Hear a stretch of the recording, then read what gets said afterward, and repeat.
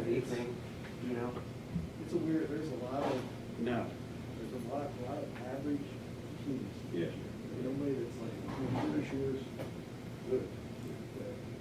There's a lot of bad ones. There are. Triple A, taking everybody, all 18. Really? Yeah. And I'm assuming it's only because of how they set up the state playoff brackets, that we have 3 rounds for District 4, and that's how it's always been, so they just planned on that. There's only 8 teams in the division, so all 8 teams go. So we're just trying to get to those top 4 slots. Right.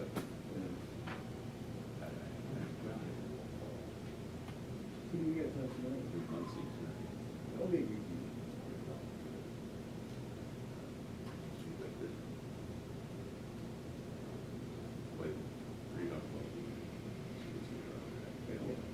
Everything all right? I'm looking at, Boston played last week. I'm looking at, Eric Lund's latest messages. Offensively, just first, you know, the drop ball's pretty far. Good morning, Judge. Good morning. I'm here. I don't expect it. You know, watching ball.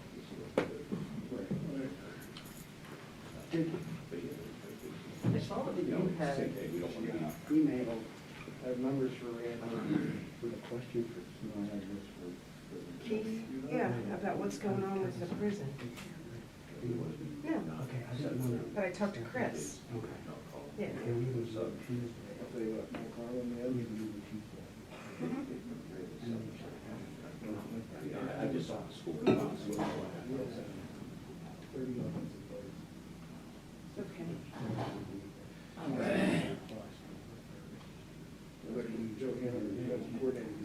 Because that was my question for Chris, was what did you have director experience in other facilities? Do they have a live person, or do they have telepsych?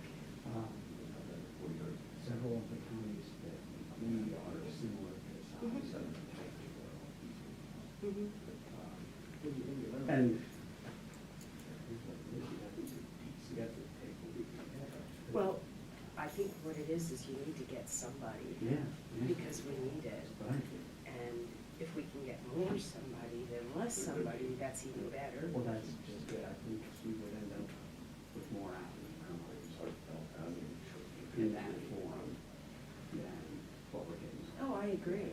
And I have occasion to run into a psychiatrist in my travels. And I was going, and she's semi-retired, but I was gonna, if I had the chance, I was gonna ask her if she knew of any live person. Because we were the ones that found, Shay and I were the ones that found Dr. Moundy in Lewisburg to come up with a mental health court, which really tipped HIV off because they was not going to be available. Because they just didn't know, which was the problem. And I will always push back on that. Right now? Oh, okay. No, I just, Oh, yeah. they're that northern tier team in AAA. There's only one northern tier. Will be in the top 4. But I saw that email and I was trying to make sure. Yeah. I wanted to. I have to ask, If you just have- because we have such a need for it, and if I'm doing forensic mental health now, I told Chris that I said what I would like to do is even be more geared towards tool information, so when you guys, I showed them this, the forensic mental health group, they've never seen it before, the AAPC. Oh, okay, yeah, the package. Wherever it is, yeah. The back here. And I showed it last month's mental health snapshot, and they were like, wow. And I said, I really would feel better if we could communicate at prison board when we've got roster C, 111. There are X number that are stable, or X number that are pretrial, X number that are PDs, and this is what we do here, and this is what we want here. And everybody agreed that was a great idea, especially in the spring. So that's kind of where I'm gonna bring them over to also. Okay. so that maybe we can identify earlier people, so we can get on them earlier. The DA is very receptive to that, so if we can either not, obviously not incarcerating people as the gold standard, but. Yeah. Go ahead, I'm sorry. Can you where not to go? Ready?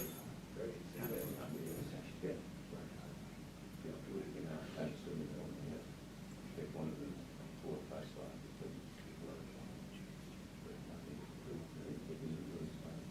Okay, that's good. Now we are struggling up front. There are 2 kids that moved out of state college. They don't start right now. And another kid that I arranged for, he started with me. Morning, everybody. So, with those 3, we would be in a good interval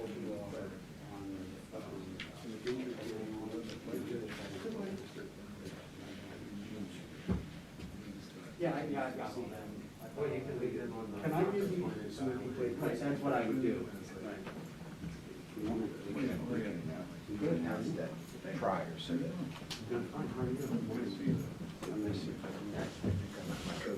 I saw that, I was like, Catch a break. somebody left their coat behind. How are you? The question I was gonna ask. No, No, I just noticed that. Circumstances that went through. No, I saw At the school, I've heard of it. for whatever it is. Underlying school. Nope. Okay. Still here. Good morning, who do we have on the line? Commissioner Maravito. Jim, from the DA's office. Brian's here. Okay. Mark's on. And there's some articles out there that talk about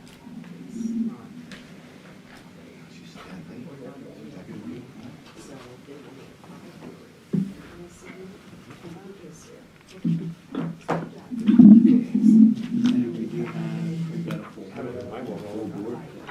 So they will Okay, good morning, everyone.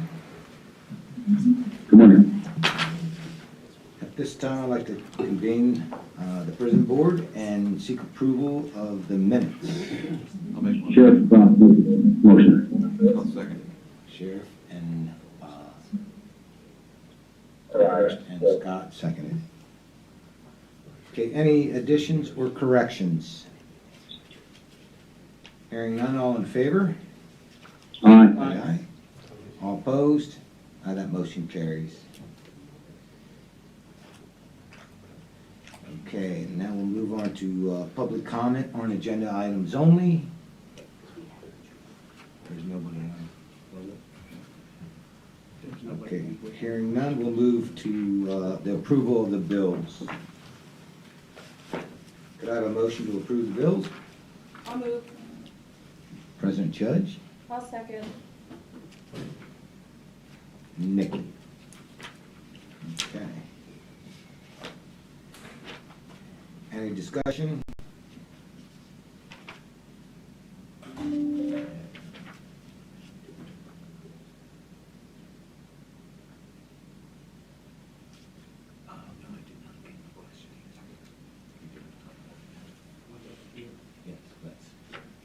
Okay.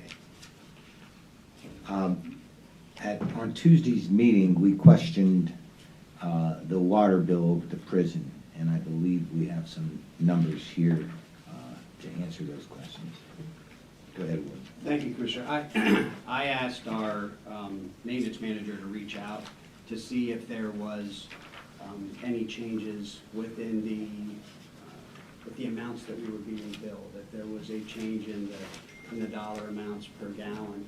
And I also looked into the average daily population in the third quarter in 2021 versus the third quarter in 2020 and 2019.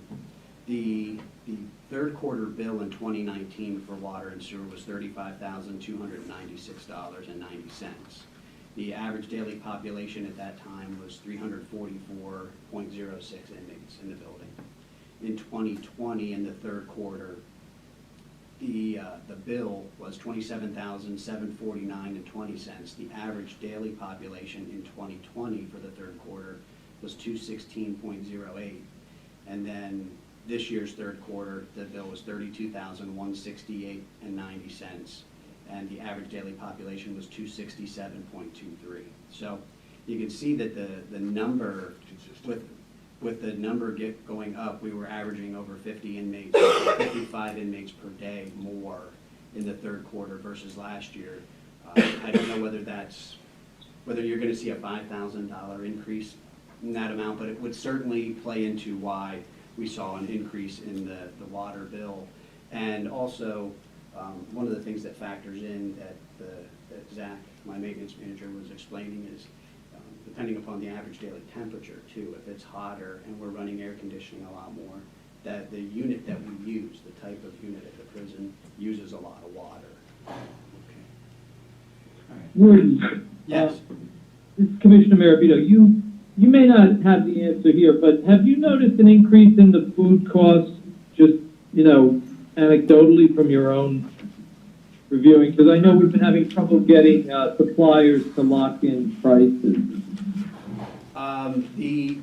I don't have an answer as far as whether the food costs total have gone up. I know that the pricing has gone up.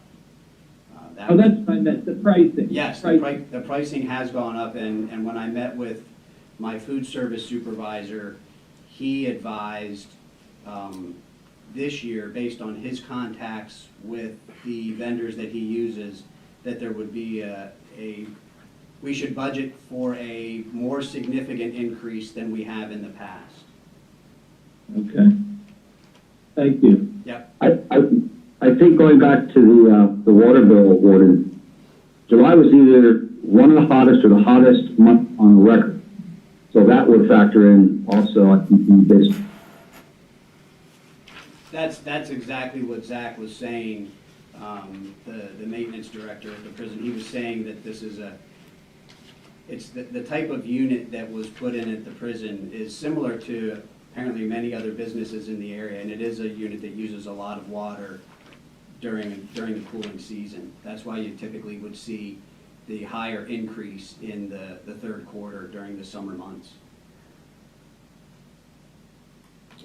Any further discussion? All in favor? Aye. Any opposed? That motion carries. Okay, we'll move on to approval of personnel actions. Warden? Thank you, Commissioner. We're seeking the approval of 3 personnel actions. The first one is for Michael Sisley as a full-time correctional officer relief at the prison, and then Morgan Stone as a full-time resident supervisor, and Paige Emmerich as a full-time resident supervisor at the pre-release center. And they are all replacements. They were on the TDA. Correct. Okay, very good. Are you at full capacity now with No. your staff? No. We are not. So, No, I think we have at this point 5 vacancies. I believe so, At the 4 or prison. 5. Yes. so to the public out there, please, don't be afraid to apply. We have 5 correctional officer vacancies, and we also have an LPN vacancy that we're having a very difficult time filling. An LPN. Yes. Okay. All right. So don't hesitate to come and apply. It's a great position, or they are great positions, and you can advance in those as well. Okay. It's a good part-time job for you, because Thank you. why don't you become an LP? Okay. So could I have a motion to accept the 3 as Just make the listed? motion. Sheriff, could I have a second? I'll second. And, I second okay. All in favor? it. Aye. Any opposed? Okay, that motion carries. We'll move on to informational highlights. Warden? The population report for September shows that we carried an average of 201.5 males at the prison and 25.63 at the pre-release center, for an average daily population of 227.13 and a peak of 238. For females, we averaged 25.83 at the prison and 8.77 at the pre-release center, for an average daily population of 34.6 and a peak of 37. Our average daily population between both systems was 261.73, and we had a peak in the month of 273. The in-home detention program carried an average of 34.93 male clients and 7.77 female clients. We also continued to have overcrowding transfers. For the month, we averaged 3.97 males and 7.8 females for the total of the month of 11.77. Our average daily population then in September was 273.5, which was just about 7 inmates less than what we saw in August. But in compared to September of last year, we were at 235.37. So we still are continuing to see an increase over our numbers than what we saw in 2020. The prison disciplinary report is next. The disciplinary committee chaired by Deputy Warden Barnes conducted 75 hearings in the month of September. And of those 75 hearings, 71 inmates were found guilty and served time in disciplinary lockup. 3 inmates were found guilty and their lockup time was suspended. And actually, Ryan, here it says that 3 inmates were found not guilty. Should that actually be 1 inmate? Probably. Okay. But either way, there was a small amount of inmates that were found guilty during their hearings and were found not guilty and did not serve any disciplinary lockup time. Those hearings were held on 39 inmates, and 17 of which had greater than 1 incident. There were also 21 reports generated by staff, informational reports in the month.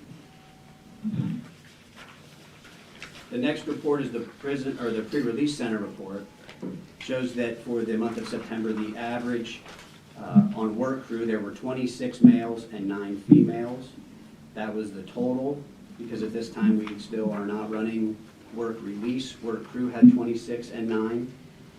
And our average for the year to date, we're averaging 30 males and 9 females. The program highlight is that the pre-release center staff attended training for officer safety and awareness, along with Narcan, and that training was held on September 28th and was led by Sergeant Joe DeFrancisco. The bail release program report indicates that in September, the average number of clients on supervised bail was 56.7, on intensive supervised bail was 78.4, and on supervised release was 5.3. So the average number of clients on the bail release program for the month of September was 140.4.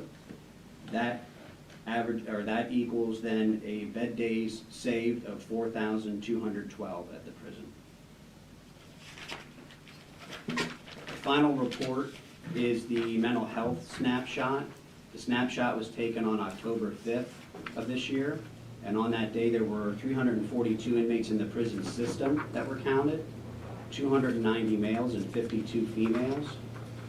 Of that, there were 154 males and 8 females under roster A with no mental health history. That's 47.37% of the population.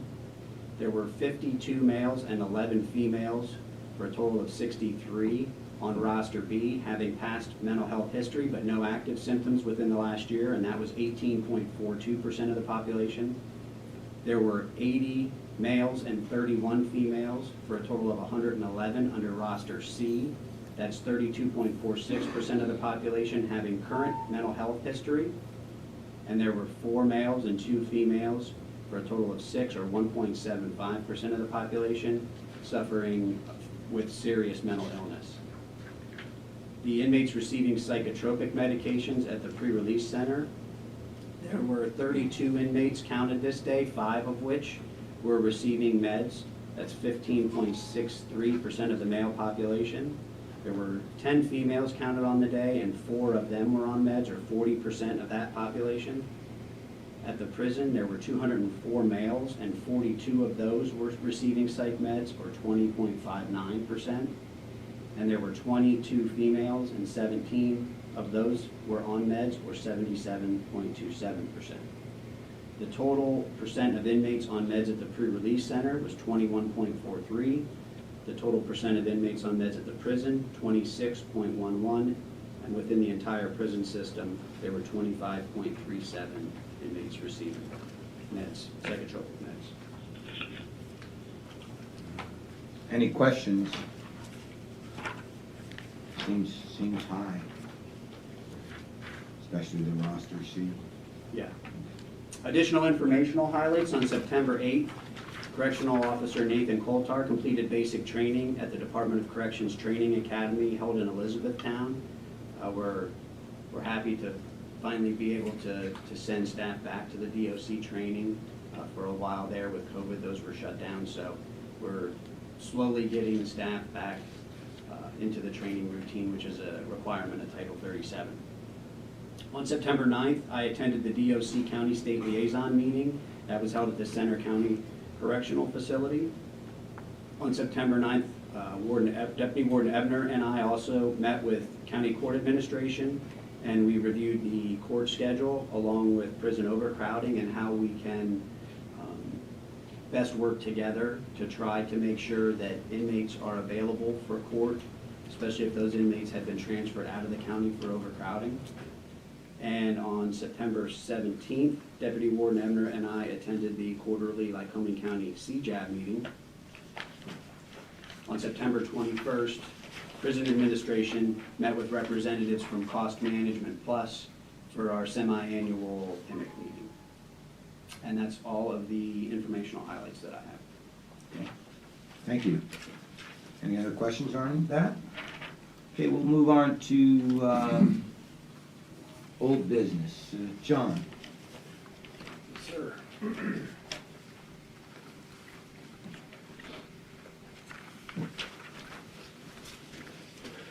Good morning.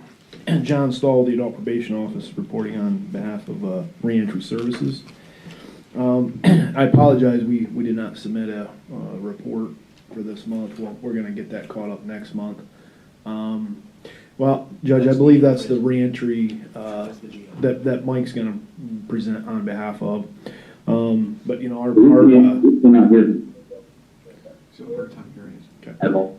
CJAB meeting for reentry services. Our CJAB meeting for reentry service, I thought maybe I was talking to directly, is next Thursday. So, and we'll have that report out, and we'll get caught back up here at the prison board meeting next month. But at reentry services in the month of September, currently we have 81 participants at reentry services. We had 24 intakes in the month of September, and we also had 19 discharges, with 11 of those being successful. So we've certainly seen an increase in the number of referrals to reentry services, and the 24 intakes at reentry. That's might even be our high for the year. So certainly can answer any questions anybody might have, but data-wise, that's really all I have until we get our reports prepared for the month of September. Okay. Thank you. Sure.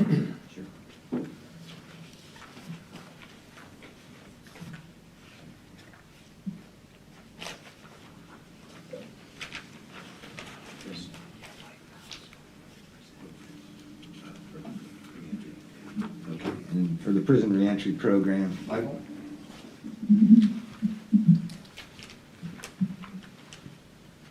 Good morning, Mike Boughton with Geo Reentry Services.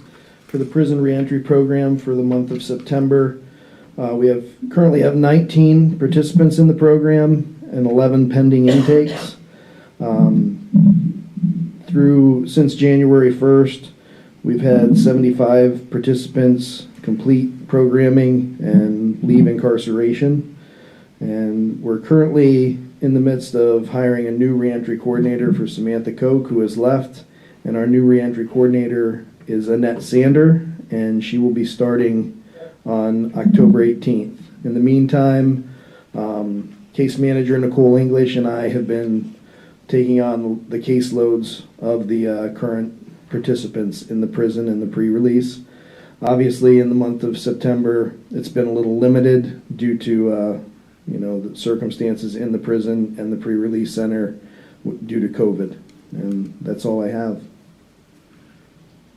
Can I ask ask a question? Sure. When you say of the total referrals made to the in-prison reentry program, the last sentence, there were 6 people referred that did not meet criteria?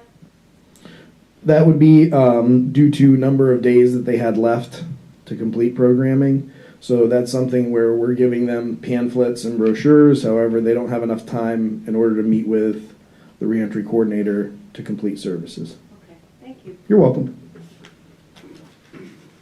Last week, we met with the consulting firm that presented to us a new prison because of prison overcrowding, which was about 10 years ago. We had this issue. And we had the needs assessment, and we're just reviewing everything that was happening a decade ago. And through the hard work of the courts, the wardens, we didn't build a new prison. And we did put some additional services in and programs to meet the needs of recidivism, to reduce that, and GEO is part of that. But as we reflect back and look at the numbers, it was an incredible task, and you all met it. Now, I'm sure some things will happen now that I said that, but go ahead. Don't forget the district attorney's office. They've been very, very helpful with that as well. Yes, and that is correct. If you didn't hear the president judge, she said the district attorney's office was instrumental in trying to divert the numbers from the prison onto other programs. And for sure, if you didn't have his cooperation, it would not have happened. So I just wanted to thank everyone. It was an eye-opener again when you looked at it. And so, okay, we'll move on. The prison board will meet on 11/12 at the Executive Plaza here. And we'll go to new business. Any new business? Any public comment? Not online? Okay, we will adjourn, but we will have an executive session. No reason to come back here. For the people that are on the line, is that a different number? No, we will reach out to them. Okay. We'll call them. We'll disconnect from here. Okay.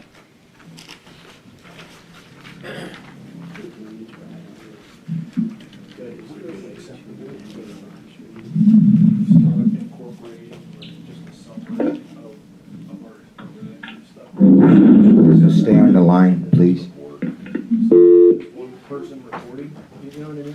Yeah, I don't care. It's still, because they still work with them too. I mean, it's their facility. I just think it's, you know. Streamline things, sure. Okay. Yeah, I'm okay with that. However you want to deliver it, it's just the information that's important. Okay, thanks.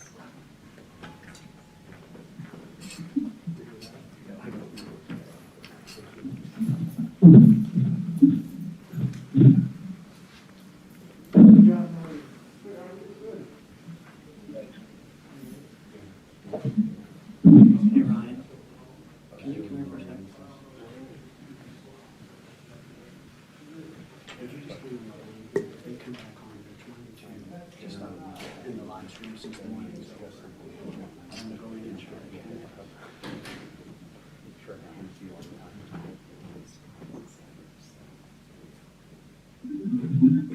Planned surprises, unforeseen surprises. That's true. We can't control this.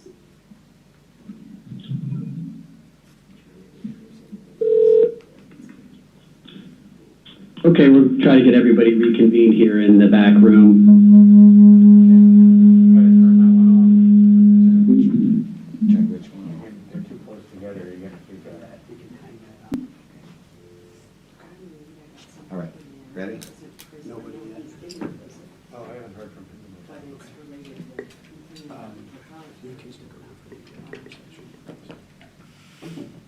Somebody else sent me, I exhausted my opinions, opportunities, and Yeah, we are, executive meeting.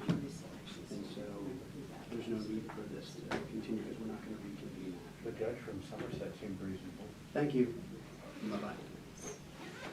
He's actually finance the college. Okay. Oh, that's one. You want to go in the back room? Yeah.